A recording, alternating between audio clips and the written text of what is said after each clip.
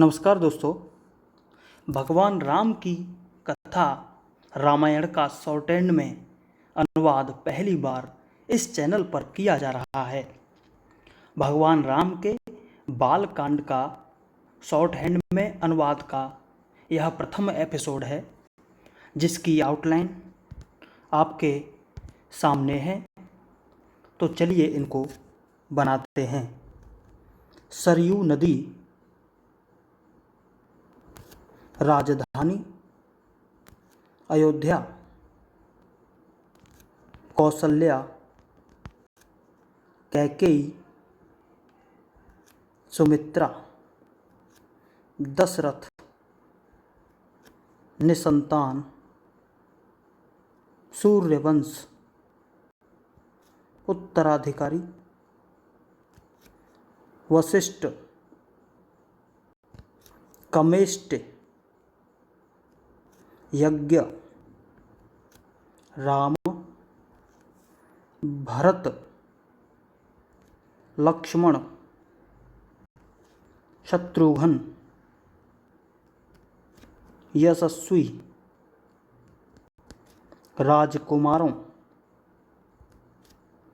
विश्वामित्र, दिव्यास्त्र, जनक, मिथिला, वरदान, अद्वितीय, सुंदरता, परिपूर्ण, स्वयंवर, प्रत्यंचा, शिष्य, महाराजा, प्रणाम, धनुष, संतान। ये थी दोस्तों आउटलाइन। तो चलिए डिक्टेशन शुरू करते हैं। रामायण एपिसोड 1। बहुत समय पहले की बात है।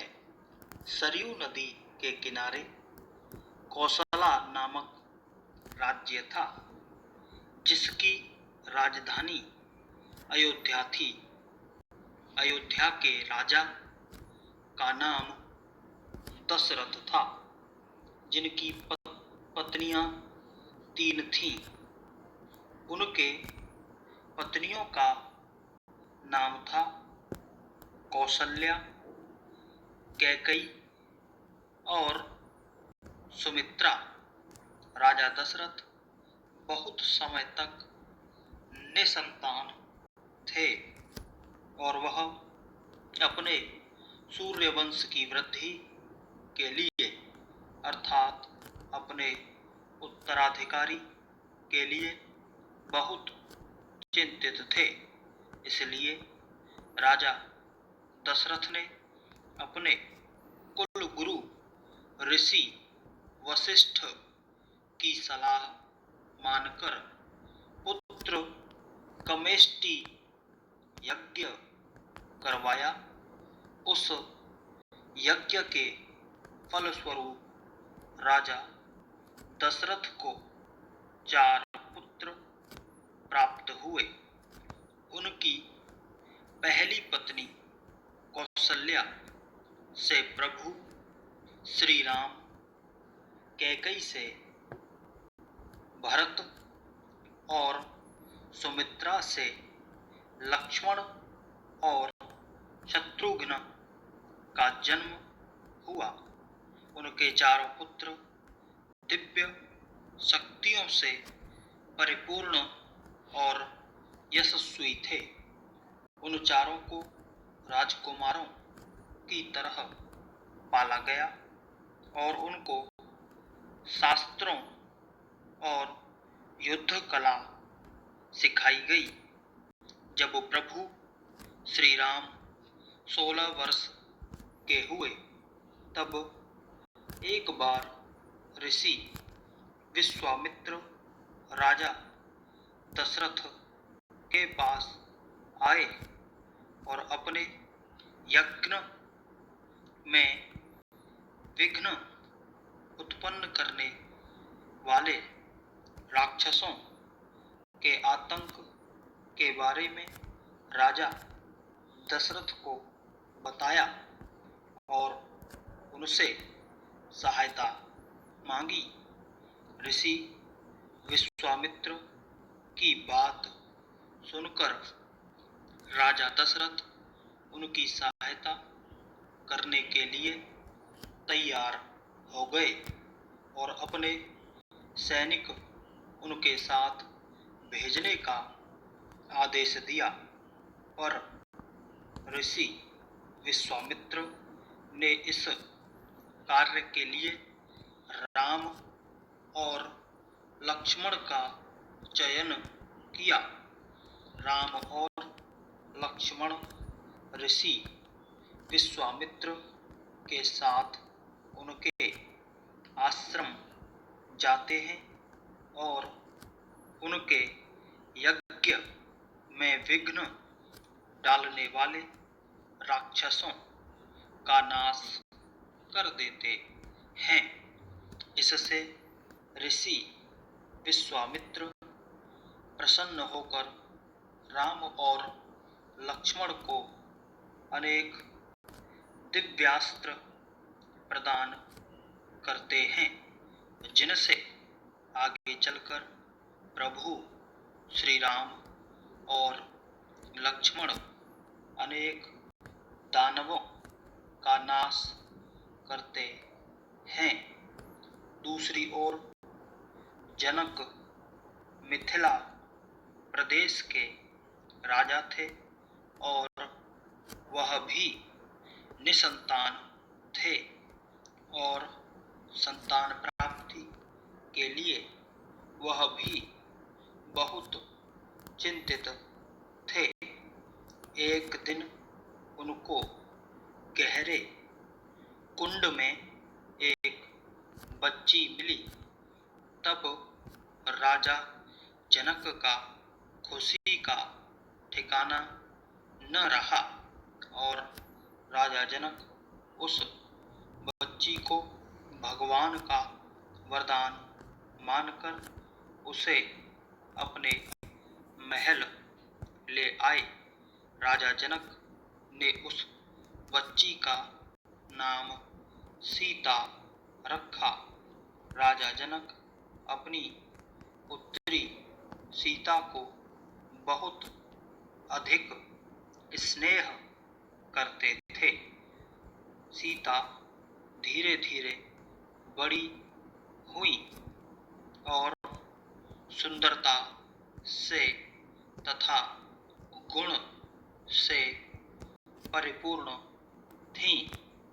जब सीता विवाह योग्य हुई तब राजा जनक अपने प्रिय पुत्री सीता के लिए उनका स्वयंवर रखने का निश्चय करते हैं।